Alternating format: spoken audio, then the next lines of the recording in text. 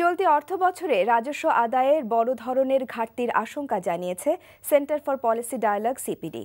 এই ঘাটতির পরিমাণ 40,000 কোটি টাকা হতে পারে বলে মনে করছে সংস্থাটি। রাজধানীর ব্র্যাক সেন্টারে অর্থবছরের প্রথমার্ধে অর্থনৈতিক বিশ্লেষণে এই আশঙ্কার কথা জানানো হয়। এছাড়া জ্বালানি তেলের দাম কিছুটা কমানোর পরামর্শ দিয়েছে সিপিডি। হাসানুল শাওনের রিপোর্ট। চলতি 2015-2016 অর্থবছরের প্রথম 6 মাসের অর্থনীতির বিভিন্ন পর্যালোচনা তুলে ধরে সিপিডি।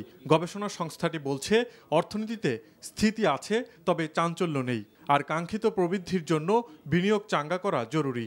তবে এজন্য রাজনৈতিক স্থিতিশীলতা ধরে রাখার পাশাপাশি নিরাপত্তা পরিস্থিতির উন্নয়ন প্রয়োজন। তবে রাজস্ব আদায়ে ঘাটতি ঠেকাতে চলমান সংস্কার কার্যক্রমকে দ্রুত এগিয়ে নেওয়ার তাগিদ দিয়েছে সিপিডি।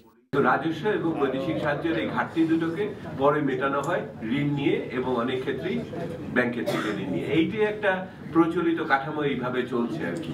যদি সরকার সাহসিকতার সাথে বেশ কিছু জায়গাতে সংস্কার না করেন, তাহলে মধ্যমেয়াদে বাংলাদেশের অর্থনীতির যে পূর্ণ সম্ভাবনা, সেটাকে বাস্তবায়ন বা কার্যকর করা সম্ভব হবে না।